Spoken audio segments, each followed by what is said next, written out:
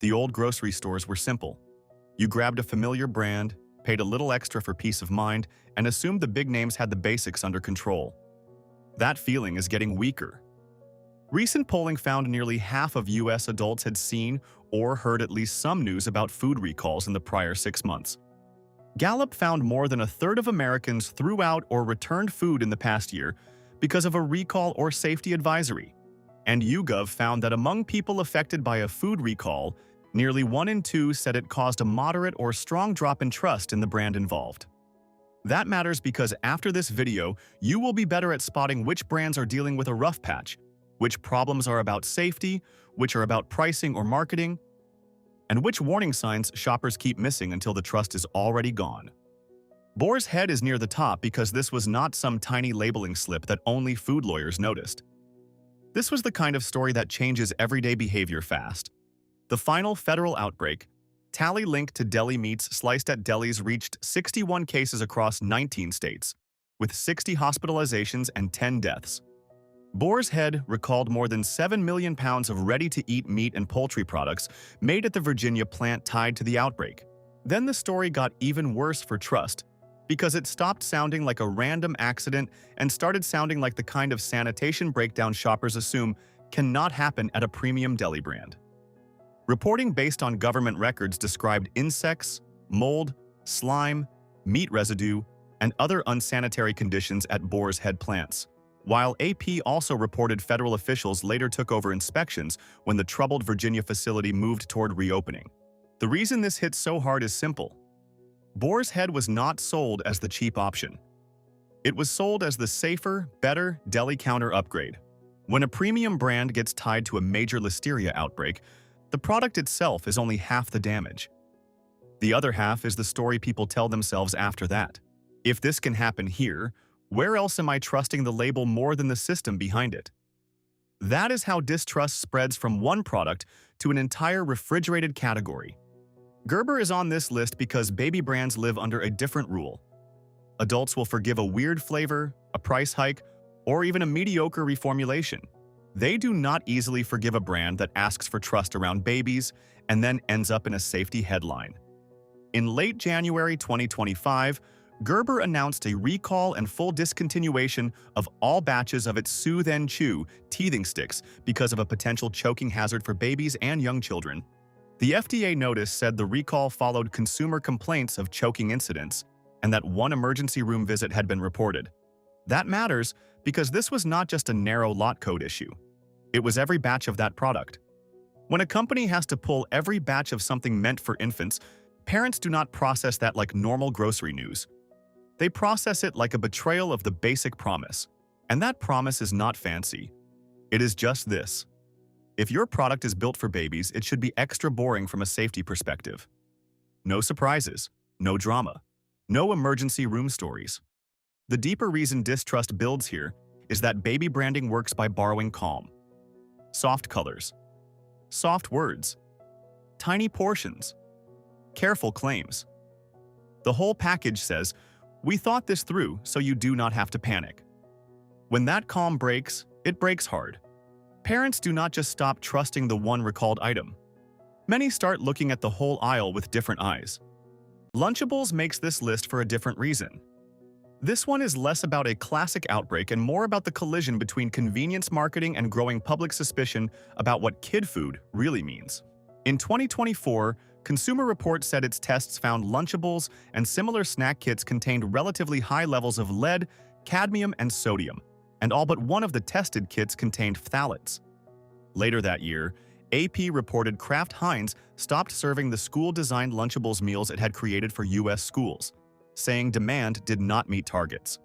AP also reported that the criticism intensified after Consumer Reports said the school-approved Lunchables had more sodium than the store varieties, while commercially available Lunchables had more lead compared with several other ready-made meals.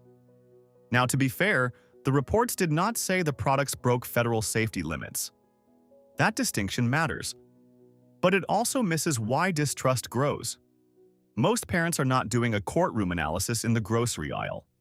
They are asking a rougher question. Does this look like something a child should eat often? Yes or no? Lunchables has always sold speed, convenience, and kid appeal. The tension now is that a lot of parents hear the name and no longer picture a practical lunch fix. They picture a product category that has been living off nostalgia while nutrition concerns keep stacking up. And when a product built for kids starts getting talked about in the same sentence as lead, cadmium, sodium, and school lunch controversy, the damage is not just scientific, it is emotional. The brand starts sounding less like a shortcut and more like a gamble people no longer need to take. Quaker is here because it shows how quickly trust can wobble when the brand in trouble is tied to routine. Most people do not eat deli meat or tuna every single day, but cereals, granola bars, and easy snacks live in a different lane. They are habit food, autopilot food, the kind of thing families buy because it feels safe, familiar, and easy to throw into a cart without much thought. That is why the Quaker recall story landed harder than some people expected. In January 2024, the company expanded a recall that had started in December 2023 to include additional cereals, bars, and snacks because of potential salmonella contamination. On paper, that sounds like a standard recall notice. In real life, it lands like this. The food people saw as low drama suddenly turned into one more item to check in the pantry. And once shoppers have to start scanning boxes of a brand that usually stands for steady breakfast comfort, something changes. They stop seeing the brand as background. They start seeing it as a possible problem. The controversy around Quaker is not that the company became uniquely bad overnight. It is that brand trust in grocery works best when the brand disappears into routine. The second people have to think hard about the product, look up lot numbers, and ask whether the snack in the lunchbox belongs in the trash, routine is broken. And once routine is broken, rebuilding it is harder than most marketers admit. A lot of grocery loyalty is not love. It is habit plus low anxiety. Remove the low anxiety and the loyalty gets a lot thinner. Wanabana may not be the oldest name on this list, but it became one of the clearest examples of how modern distrust explodes. This was the apple cinnamon fruit puree pouch case that turned into a national warning about lead exposure in children. The FDA investigation said the products involved included Wanabana apple cinnamon fruit puree pouches, plus Schnucks and Weiss branded cinnamon applesauce products tied to the same issue. The agency warned that lead is especially dangerous for children, noted that most children show no obvious immediate symptoms, and later reported that the level detected in one FDA sample of Wanabana apple cinnamon puree was more than 200 times greater than the action level the FDA had proposed for fruit purees and similar products intended for babies and young children. By March, the FDA said CDC had reports totaling 519 confirmed, probable, and suspected cases from 44 states plus Washington, D.C. and Puerto Rico under its reporting structure. Then came one of the most alarming details of all. Even after the recall, the FDA said it was aware recalled Wanabana puree was still on shelves at several Dollar Tree stores in multiple states. That is how distrust becomes bigger than the original contamination story. It becomes a question about whether the recall system itself is working at retail level. This is also where a lot of shoppers changed how they think about pouches in general. For years, pouches were sold as the clean, easy, modern answer for toddlers. Minimal mess. Grab and go. Fruit and veggie branding everywhere. But the pouch format can hide a lot. You cannot see the product clearly. Children eat it fast. Parents assume the biggest risk is a sticky shirt. In this case, the real risk was far more serious. And when a kid-focused product is linked to lead, especially at that scale, distrust does not stay attached to one brand. It spills into the whole category.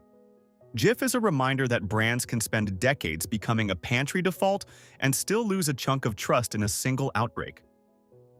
The FDA said the 2022 salmonella outbreak linked to certain Jif peanut butter products ended with 21 illnesses and 4 hospitalizations across 17 states.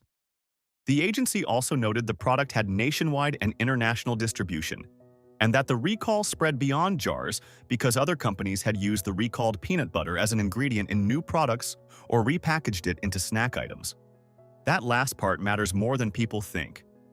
Ingredient recalls hit differently because they make the shopper feel surrounded. It is not just, do I have the jar? It becomes, what else was made with it? What is in the snack cup? What is in the bakery item? What is in the vending machine product I already forgot I bought? Peanut butter is one of the strongest trust products in American grocery culture because it is supposed to be dependable. Cheap protein, long shelf life, familiar taste, family staple. When a staple product gets tied to an outbreak, the brand loses one of its biggest advantages, which is that people never really thought about it before. Also, peanut butter is a product many parents, athletes, and budget shoppers buy in bulk. So the pain is not just safety fear, it is waste, uncertainty, and the nagging feeling that something that sat in the pantry for weeks now feels suspicious. People remember that. They remember not just the recall, but the weirdness of suddenly side-eyeing a jar that used to feel as ordinary as bread. Kroger belongs on this list because distrust is not only about contamination. Sometimes it is about the price you think you are paying versus the price that actually rings up. In 2025, an investigation by Consumer Reports, The Guardian, and the Food and Environment Reporting Network found expired sale tags and overcharges in Kroger and Kroger-owned stores.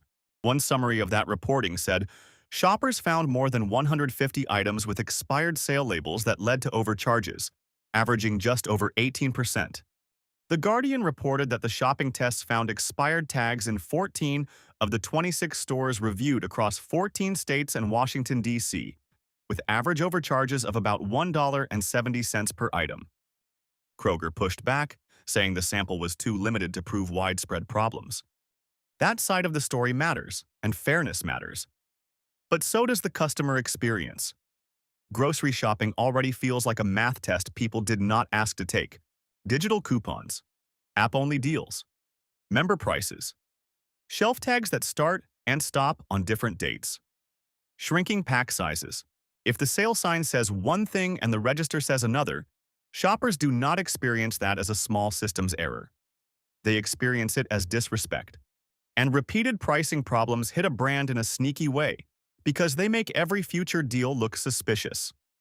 The really controversial part is that modern grocery pricing is now so layered that many shoppers assume some level of confusion is not an accident anymore. Whether that is fair in each case is another question.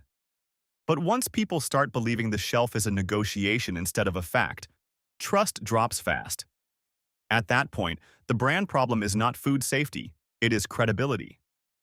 And credibility is a grocery asset no retailer can afford to burn.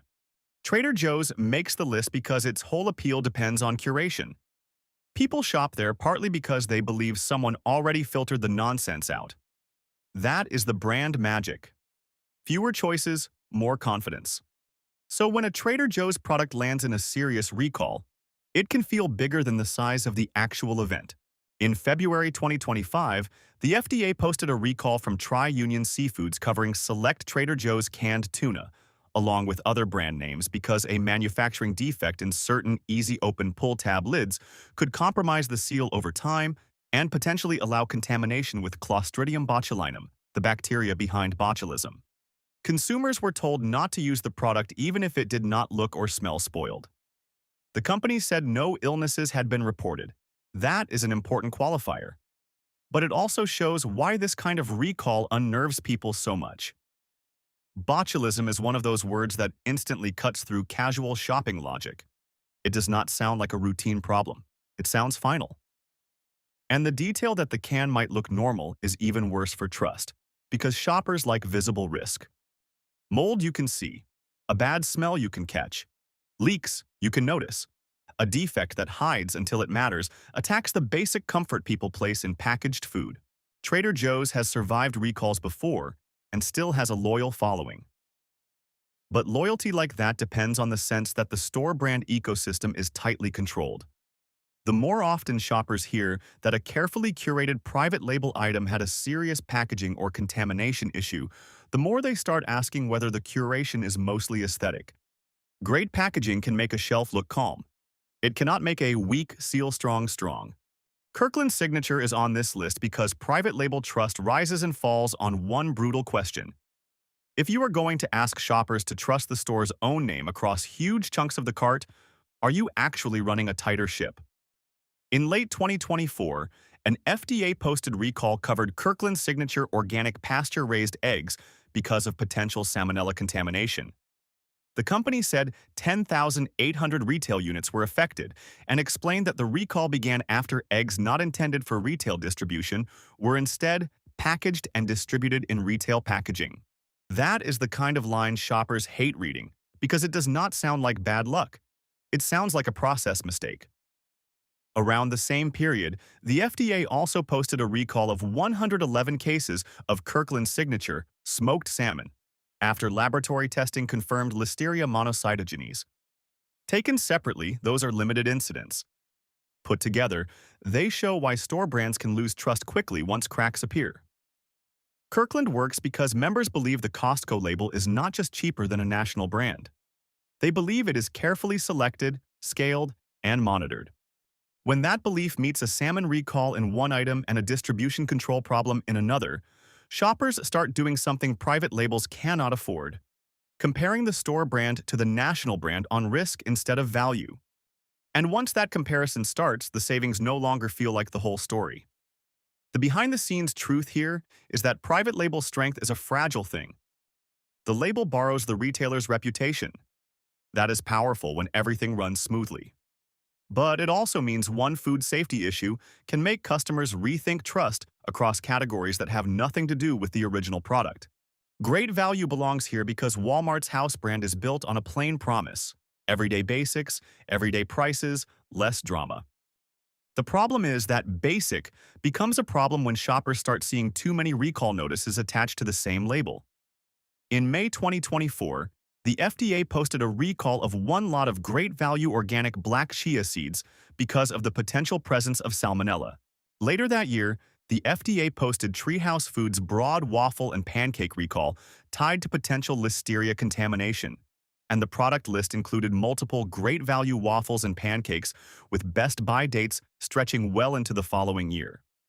That matters because these are exactly the kinds of products people buy on autopilot: pantry seed bag, frozen breakfast box, private label default. No one stands in the aisle expecting a risk management exercise. Great value is also so widespread that even relatively narrow recalls can feel enormous because the label is everywhere. And there is a psychological twist here that brands do not like talking about. Cheap is not the same as low trust. Plenty of shoppers trust low-cost brands when the experience feels stable. But the second low cost starts to sound like low control, the bargain feeling changes. Consumers begin wondering whether savings came with softer oversight, weaker supplier discipline, or slower cleanup. That may not be true in any single case. But once people start asking it, the trust penalty is real. A house brand lives or dies on predictability. When the predictable option starts showing up in repeated recall conversations, people stop seeing it as the safe default and start seeing it as the risk they took to save a little money. Clover Valley may not dominate headlines the way the biggest national brands do, but that is exactly why it belongs here. Quiet grocery brands often get the benefit of low attention. People do not scrutinize them much because the products feel simple and the expectations are modest. Then, one ugly recall changes the mood fast. In August 2025, the FDA posted Dollar General's recall of 3 lots of Clover Valley instant coffee because of the potential presence of glass. The notice said the issue came to light after a customer notified employees, and it warned that ingesting glass fragments can damage teeth, cut the mouth and throat, or even perforate the intestine. No illnesses or injuries had been reported, which is important. But physical contamination stories unsettle people in a different way than bacteria stories do. With bacteria, some shoppers still imagine risk as something abstract, statistical, or limited to vulnerable groups. Glass feels immediate, personal, mechanical. It makes people think about the moment of swallowing. It also undercuts the comfort people place in sealed jars and dry grocery goods. Instant coffee is not supposed to be dramatic. You twist the lid, spoon it out, make the drink, move on. That ordinariness is the whole point. So when even a simple pantry staple gets tied to a glass contamination recall across a long list of states, shoppers do not just question that jar. They question the invisible steps between the factory and the shelf. And that is the common thread in a lot of grocery distrust right now. People are not only reacting to one bad item. They are reacting to the growing sense that too many brands are asking for automatic trust, while offering too little visible proof that the basics are truly locked down. The biggest takeaway is not that every brand on this list is doomed, or that every product with a familiar name should be feared. It is that grocery trust is getting more conditional.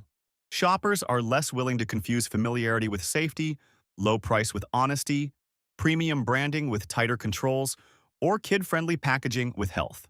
The smart move now is simple. Read recall notices when they happen. Pay attention to whether a company is dealing with a one-off issue or a pattern. Be skeptical when the shelf tag, the health halo, or the polished packaging is doing more work than the facts. If this video made you look at your grocery cart a little differently, hit like, tell me in the comments which brand you still trust the most and which one you have started avoiding, and share this with someone who still thinks the biggest food risk is just paying too much.